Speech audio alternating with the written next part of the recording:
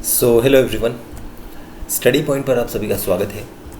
तो class 9th की maths की क्लास में चैप्टर 2 हम पढ़ रहे हैं, जिसका नाम है बहुपद। और प्रश्नावली 2.3 हम शुरू कर चुके हैं, जिसका पहला क्वेश्चन हम पिछले वीडियो में कर चुके हैं। अगर आपने पिछला वीडियो नहीं देखा हो तो प्लेलिस्ट में जाकर आप देख सकते हैं। चलिए, आज के वीडियो में हम क्वेश्चन नंबर 2 और 3 सॉल्व करेंगे और इस जो प्रश्नावली है इसको ख़त्म कर देंगे। तो देखिए, क्वेश्चन नंबर 2 यहाँ पर हमको क्या दिया हुआ है। देखिए, ये हम क्या पढ़ रहे हैं, शेषफल प्रमेय पढ़ रहे हैं हम।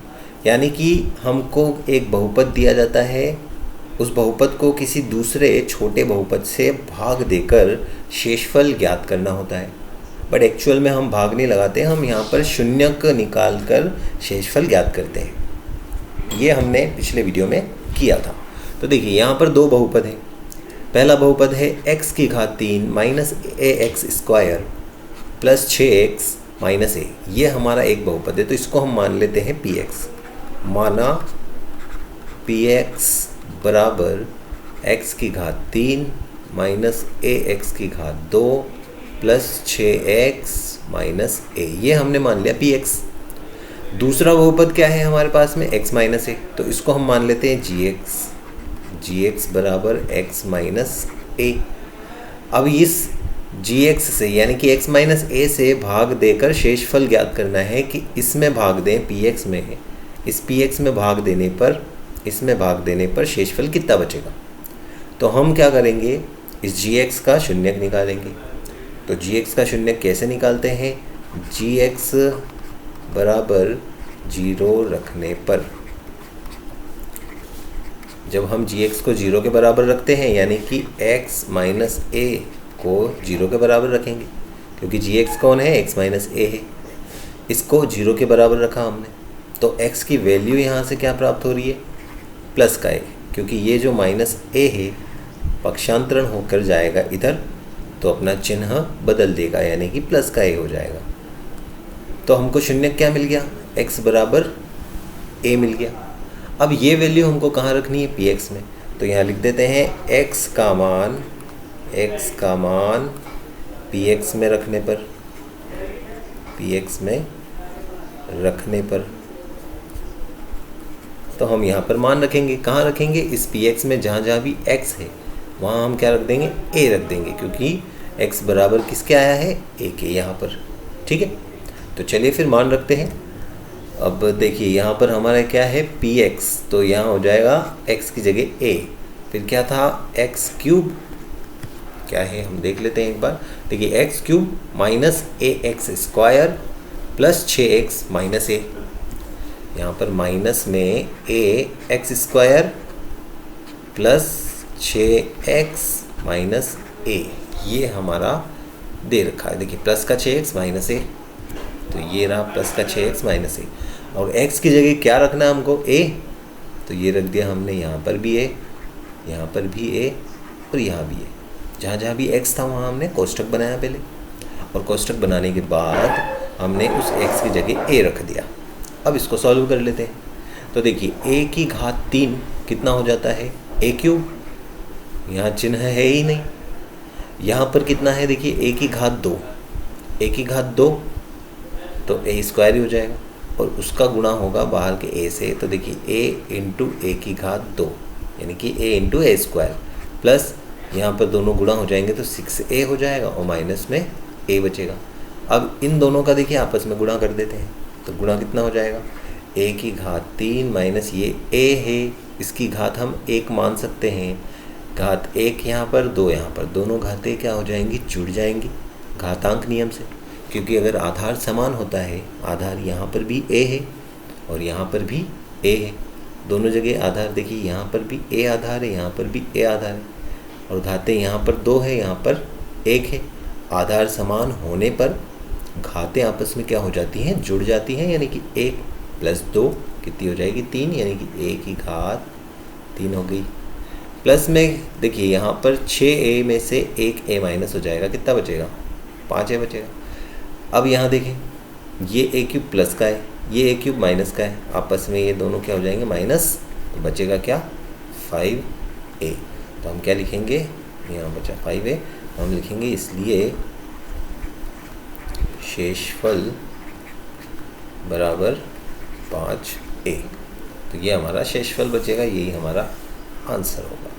ठीक है, तो इस तरीके से ये जो सवाल नंबर 2 है कंप्लीट हो जाता है।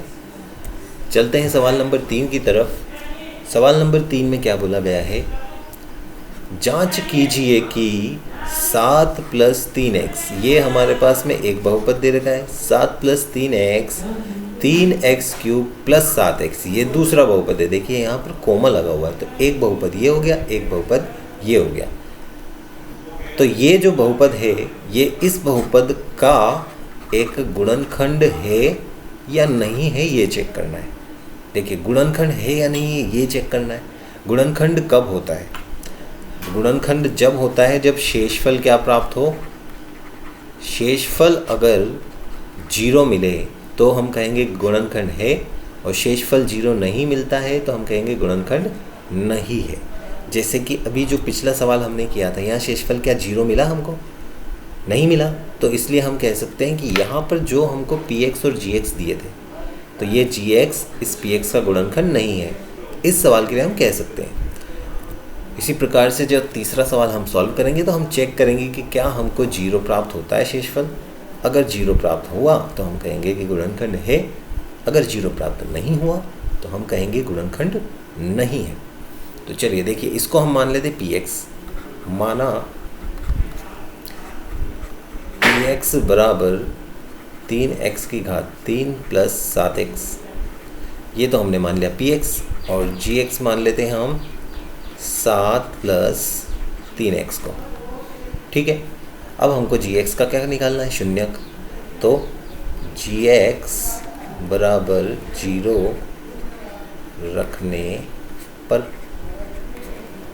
gx को 0 के बराबर रखना है। gx क्या है, 7 + 3x जो है वो हमारा gx है, और इसको रखना है किसके बराबर, 0 के बराबर। सबसे पहले तो इसको पक्षांतरण करेंगे, तो इधर बचेगा केवल 3x, बराबर में क्या आ जाएगा -7। अब ये 3 भी पक्षांतरण होकर जाएगा तो किधर जाएगा, ये बटा में, क्योंकि यहाँ कहाँ है, गुणा में। तो x बराबर क्या मिल जाएगा -7/3, ये हमको शून्यक मिल गया। x बराबर -7/3। इसकी वैल्यू अब रखनी हमको px के अंदर, यहाँ पर हमको वैल्यू रखनी है 3x³ + 7x में। तो चलिए फिर वैल्यू रखते हैं। x का मान px में रखने पर, तो देखिए x का मान क्या है, -7/3 है। px क्या है, ये रहा हमारे पास में px 3x³ + 7x। चलिए वैल्यू पुट करते हैं अब हम। तो p और x की जगह तो हम रखेंगे क्या, -7/3 बराबर 3x³ प्लस कितना है 7x। तो अब देखिए यहाँ पर तो यह हो गया 7, और ये हमने बना दिया ब्रैकेट, जिसमें हमको क्या रखना है, -7/3, यहाँ पर भी आ जाएगा -7/3। अब इसको हल कर लेते हैं। तो देखिए पहले तो हम 3 को एज इट इज़ रखते हैं। अब यहाँ पर जो माइनस है उसकी घात 3, यानी कि माइनस रहेगा तो माइनस को एज इट इज़ रख दिया। कल के वीडियो में हमने ये देखा था कि जब भी कभी माइनस के ऊपर घात विषम होती है तो माइनस रहता है, और सम घात होती है तो माइनस हट जाता है। 7 की घात 3 करना है तो 7 × 7 × 7 होगा, 7 × 7 × 7 होगा। 7 का 7 से गुणा करेंगे तो 49, और 49 का फिर 7 से गुणा कर देंगे तो ये हो जाता है 343 फिर बटा में देखते हैं तो 3 की घात 3 है, 3 की घात 3 मतलब हो जाएगा ये 3 तिया 9, 9 तिया 27। तो इस प्रकार से ये हमको मिल गया। प्लस में है, अब देखिए यहाँ पर 7 है और यहाँ पर 7 गुणा होकर हो गया 49, लेकिन ये जो माइनस है गुणा होकर माइनस का 49 बनेगा, बटा में क्या है 3, इसको हम ब्रैकेट में रख देते हैं। तो अब देखिए ये 3 से ये 27 9 बार कट गया, कट सकता है बिल्कुल। तो कितना बचा, माइनस का 343/9। ठीक है, देखिए यहाँ पर ये जो है गुणा में है, इसलिए हम इसको काट सकते हैं।